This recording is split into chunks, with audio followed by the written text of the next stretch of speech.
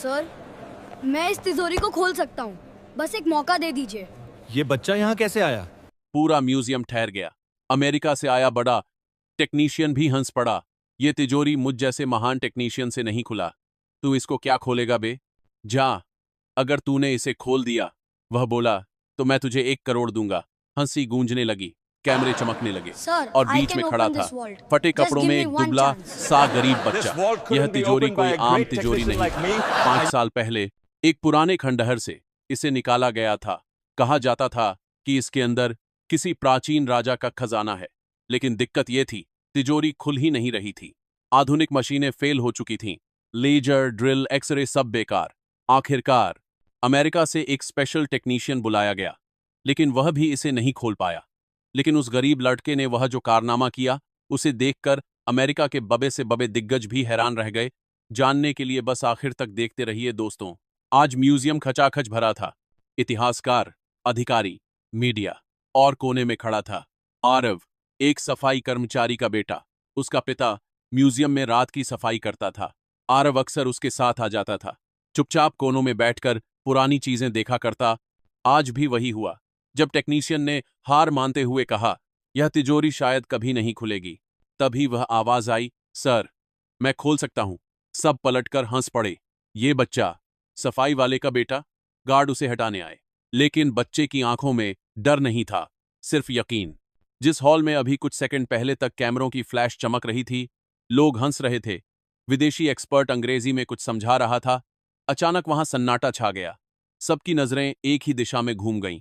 वहां खड़ा था फटे कपड़ों में, चप्पल घिसी हुई, दुबला सा एक गरीब बच्चा। उम्र लगभग 13-14 साल। चेहरा धूप में जला हुआ, बाल बिखरे हुए, लेकिन आंखें बिल्कुल स्थिर। अमेरिका से आया बड़ा टेक्नीशियन, जो अभी अभी बड़े कॉन्फिडेंस के साथ यह घोषणा कर चुका था कि यह तिजोरी अब कभी नहीं खुलेगी। पहले तो चौंका, फिर उसके चेहरे पर व्यंग्य की मुस्कान आई। उसने गले में लटका अपना महंगा ईड कार्ड उंगलियों से उछालते हुए कहा, ये मुझ जैसे महान टेक्नीशियन से नहीं खुला, तू इसको क्या खोलेगा बे? भीड़ में हल्की हंसी दौड़ गई। कुछ पत्रकारों ने कैमरे उसकी तरफ घुमा दिए। नया तमाशा शुरू हो गया है वाली भावना के साथ। कुछ अधिकारी बड़बड़ा उठे, सिक्योरिटी कहाँ है? बच्चे को यहां किसने घुसने दिया? गार्ड उसकी तरफ बढ़ गए, उसे हटाने के लिए, लेकिन बच्चा अपनी जगह से हिला नहीं। उसकी आवाज कांप नहीं रही थी। उसने दोबारा कहा, सर, अगर आपने मुझे एक मौका दिया, मैं ये ताला खोल सकता हूं। अगर न खोल पाया, तो आप मुझे बाहर निकाल दीजिए, लेकिन एक बार कोशिश तो करने दीजिए। एक अधिकारी ने झूंझलाकर कहा, यह कोई खेल नहीं है, यह राष्ट्रीय धरोहर है। 5 साल से दुनिया भर के एक्सपर्ट लगे हैं इस पर। यह बच्चा क्या कर लेगा? अमेरिकन टेक्नीशियन को शायद इस पूरे दृश्य में मजा आने लगा था। वह हंसकर आगे बढ़ा, बच्चे के कंधे पर हल्का सा थाप देते हुए बोला, चल ठीक है हीरो, एक काम करते हैं। अगर तूने इसे खोल दिया तो मैं तुझे 1 करोड़ दूंगा। 1 करोड़, कैश नहीं, चेक, ठीक है? उसने हंसते हुए पीछे मुड़कर क्राउड की तरफ देखा, जैसे कोई सर्कस का एक्ट शुरू कर रहा हो। हंसी गूंजने लगी। कुछ मोबाइल कैमरे और उठ गए। किसी ने फुसफुसाकर कहा, अगर खोल भी दिया तो बाद में बोल देगा मजाक था। किसी ने कहा, चलो देखो बच्चा क्या नौटंकी करेगा। हॉल के बीच में, मोटे मोटे लोहे के रेलिंग के पीछे, एक विशाल काली धातु की तिजोरी रखी थी। चारों ओर लाल वेलवेट की रस्सियां, सिक्योरिटी गार्ड, सीसीटीवी कैमरे। उस तिजोरी पर पुराने राजघराने की एक निशानी उत्कीर्ण थी, एक शेर, एक तलवार, कुछ अजीब प्रतीक। यह तिजोरी कोई आम तिजोरी नहीं थी। 5 साल पहले शहर से दूर एक पुराने खंडहरनुमा महल की खुदाई के दौरान मजदूरों को जमीन के नीचे से एक भारी लोहे का बॉक्स मिला था। उसके चारों तरफ पत्थर से बनी दीवारें थीं, जैसे किसी ने जानबूझकर उसे छिपाकर रखा हो। जब उसे क्रेन से उठाकर बाहर लाया गया तो उसका वजन देखकर सब दंग रह गए। पुराने दस्तावेजों से पता चला था कि वह तिजोरी किसी प्राचीन राजा की गुप्त तिजोरी हो सकती है, जिसमें या तो खजाना होगा या कोई राज। उसे शहर के इस म्यूजियम में लाया गया। सरकार ने घोषणा की वैज्ञानिक तरीके से तिजोरी खोली जाएगी, न कि तोड़फोड़ से। अंदर जो भी होगा इतिहास की धरोहर होगा। लेकिन समस्या यह थी, तिजोरी खुल ही नहीं रही थी। उसमें कोई साधारण चाबी का छेद नहीं था, कोई कोड वाला डायल नहीं, कोई इलेक्ट्रॉनिक पैनल नहीं। बाहर से दिखता केवल मोटा काला धातु और कुछ उभरे हुए सिंबल्स। इतने साल में देश के कई टॉप लॉक एक्सपर्ट बुलाए गए। किसी ने लेजर से स्कैन किया, किसी ने अल्ट्रासोनिक मशीनें लगाईं, किसी ने एक्सरे से भीतर की झलक देखने की कोशिश की, लेकिन तिजोरी ने कोई राज नहीं खोला। ड्रिल मशीनें उसके धातु पर चलकर गर्म हो जातीं, लेकिन भीतर तक जाती नहीं थीं। ऐसा लग रहा था जैसे तिजोरी को बनाते समय यह सोचकर डिजाइन किया गया था कि कोई भी आधुनिक तरीका उसे नहीं तोड़ पाएगा। आखिरकार अमेरिका की एक बड़ी सिक्योरिटी टेक कंपनी से स्पेशल टेक्नीशियन बुलाया गया। उसका इंट्रो म्यूजियम की दीवारों पर चिपक चुके पोस्टरों में भी लिखा था, दुनिया की सबसे कॉम्प्लेक्स सेफ्स खोलने वाला विशेषज्ञ। आज वही फ्लाइट से आकर मीडिया की मौजूदगी में तिजोरी को खोलने की कोशिश कर रहा था। उसने भी मशीनें लगाईं, सेंसर्स लगाए, वाइब्रो एनालिसिस किया, लेकिन घंटों की मेहनत के बाद उसने हार मान ली। उसने माइक पकड़ा और कहा, this safe might never open. शायद इसे बिना ओरिजिनल की या सीक्रेट नॉलेज के खोलना ऑलमोस्ट इम्पॉसिबल है। इसी नेवर वाले मोमेंट के बीच कोने में खड़ा एक लड़का आगे बढ़ा। उसका नाम था आरव। वह म्यूजियम के लिए काम नहीं करता था। वह किसी विजिटर के साथ नहीं आया था। वह तो सफाई कर्मचारी का बेटा था। उसके पिता मोहन इस म्यूजियम की रात की सफाई करते थे। जब सब लोग चले जाते तब वह झाड़ू लेकर, मोप लेकर, डस्टबिन उठाकर हर हॉल में घूमते। कई बार रात को देर से लौटते तो आरव भी उनके साथ आता, क्योंकि घर पर अकेला रहना उसे अच्छा नहीं लगता था। बचपन से ही आरव ने इस म्यूजियम की दीवारों, मूर्तियों, पुरानी तलवारों, सिक्कों, चित्रों को दूसरी नजर से देखा था। जब उसके पिता झाड़ू लगाते, वह कोनों में बैठकर उन पर लगे छोटे छोटे बोर्ड पढ़ने की कोशिश करता। कभी कभी गार्ड उसे डांट देते, ये सब छूना नहीं है, लेकिन उसकी आंखें हर चीज को निरीक्षण की तरह देखतीं। Pattern, symbol, shapes, lock, hinges. एक और अजीब बात थी, आरव के दादा, जो अब इस दुनिया में नहीं थे, अक्सर कहा करते थे, हम कभी राजा के लोगों में से थे। बचपन में आरव को ये बातें कहानी जैसी लगती थीं, जैसे दादा कोई फालतू की शान बघर रहे हों। लेकिन दादा जो कुछ बताते उसमें डिटेल इतनी होती कि वह कभी कभी सोच में पड़ जाता। जैसे दादा कहें, हमारे पुरखे ताले बनाते थे, वो भी ऐसे कि कोई खोल न सके, और ऐसे भी कि जो चाहे खोल सके। राजाओं के खजाने की रक्षा का जिम्मा हमारी ही पीढ़ी पर था। जब दादा गुजर गए तो यह बातें भी हवा में खोती चली गईं। लेकिन एक दिन म्यूजियम के पीछे के हिस्से में, एक पुरानी लाइब्रेरी के स्टोर रूम जैसे कमरे में, जहां टूटी कुर्सियां, पुराने बक्से और नाकाम पोस्टर रखे थे, आरव को कुछ अजीब मिला। वह अपने पिता के साथ रात की शिफ्ट में आया था। उसके पिता और एक और सफाई वाला आदमी उस कमरे की सफाई कर रहे थे। चीजें हटाते हटाते एक पुराने वुडन ट्रंक का ढक्कन खुल गया। उसके अंदर धूल से भरी कुछ किताबें थीं, हाथ से लिखी हुई, पीले पड़ चुके पन्ने, फटी हुई जिल्द। जब सब चले गए तो आरव चुपके से वापस उसी कमरे में गया। उसने एक किताब उठाकर खोली। उस किताब में चित्र थे, अजीब अजीब निशान, ताले के डिजाइन, गियर, तिजोरियों के सेक्शन, और उनके साथ साथ कुछ गुप्त तरीके, सिंबल बेस्ड कॉम्बिनेशन।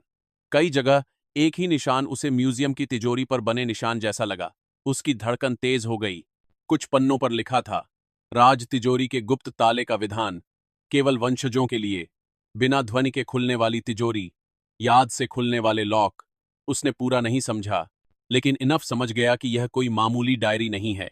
उसे याद आया, दादा कहा करते थे, हमारे पास वो विद्या थी जिससे तिजोरी बिना चाबी खुले और बिना तोड़ फोड़ के बंद भी हो जाए।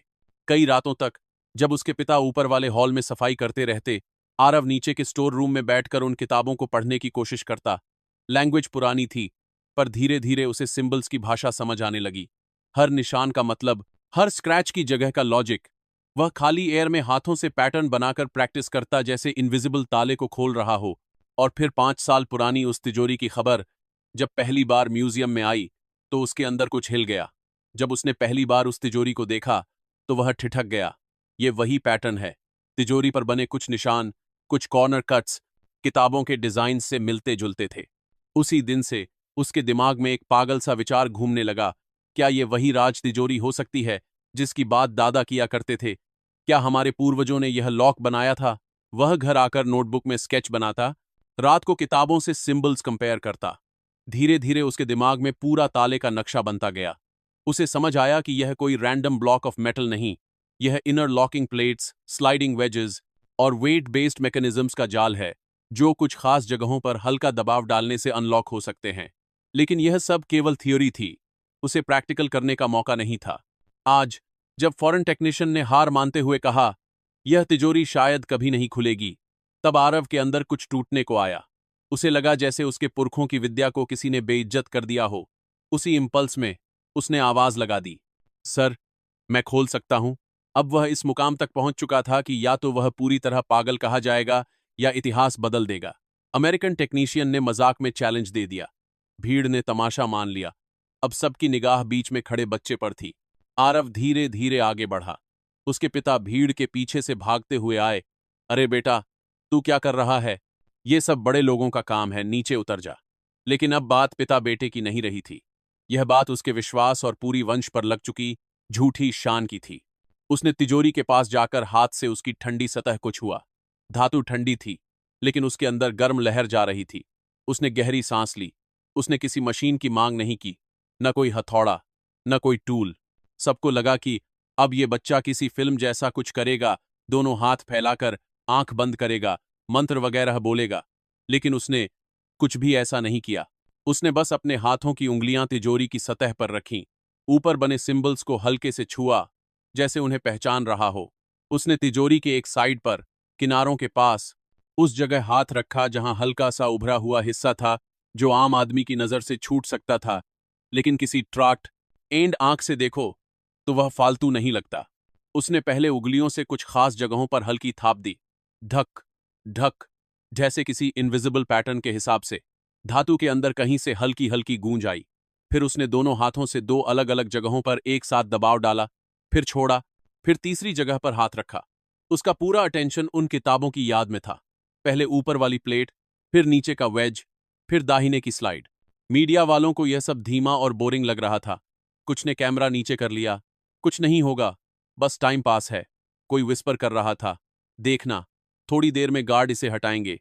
हॉल में केवल कुछ लोगों की सांसें सच में रुकी हुई थीं। उसके पिता, कुछ पुराने कर्मचारी जिन्होंने उसे रात को लाइब्रेरी में बैठा देखा था, और शायद वह इंजीनियर जो वंडर से देख रहा था कि यह लड़का रैंडम नहीं, बहुत खास पैटर्न के साथ टच कर रहा है। आरव ने आखिरी बार तिजोरी के एक किनारे पर हथेली रखी और बहुत हल्के लेकिन स्टेडी प्रेशर के साथ कुछ सेंटीमीटर स्लाइड जैसा मोशन किया, जैसे इनविजिबल लॉक को अपनी जगह से खिसका रहा हो। क्लिक! एक बेहद हल्की आवाज आई, इतनी हल्की कि कुछ लोगों को तो सुनाई ही नहीं दी, लेकिन जो तिजोरी के पास खड़े थे उनके कानों ने उस आवाज को पकड़ लिया। फिर अंदर से किसी भारी चीज के सरकने की आवाज आई, गुड़ गुड़ गुड़, जैसे कोई मेटल प्लेट नीचे की तरह गिर रही हो। अगले ही पल तिजोरी का भारी द्वार थोड़ा सा अपने आप आगे की तरफ झुक गया।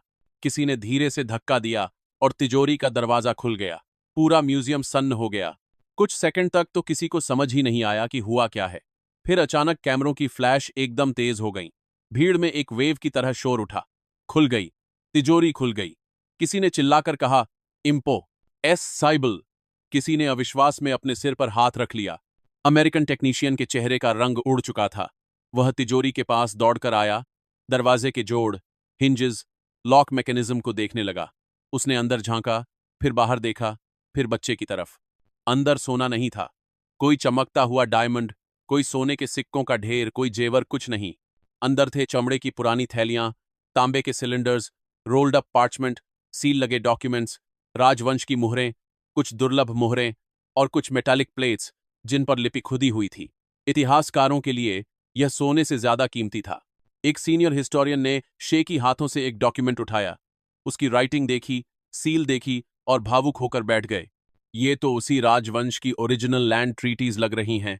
ये तो उस समय की असली मुहर है जिसकी सिर्फ किंवदंती बची थी। ये तो पूरी इतिहास की किताबें बदल सकती हैं।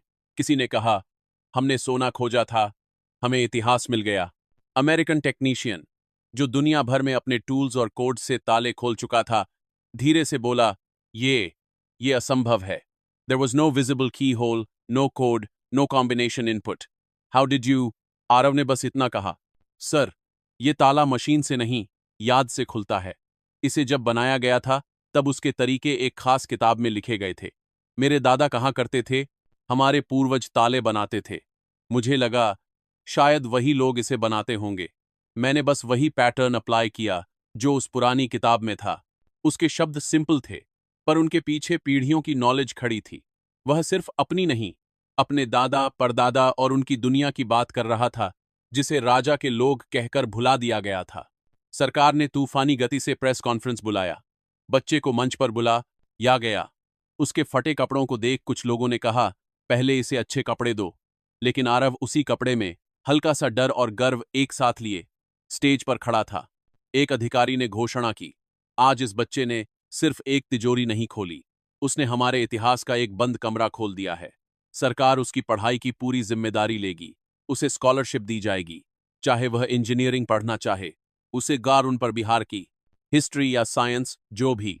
और वो 1 करोड़ हॉल के कोने में खड़ा अमेरिकन टेक्नीशियन, जो अब तक थोड़े शौक में था, धीरे धीरे आगे बढ़ा।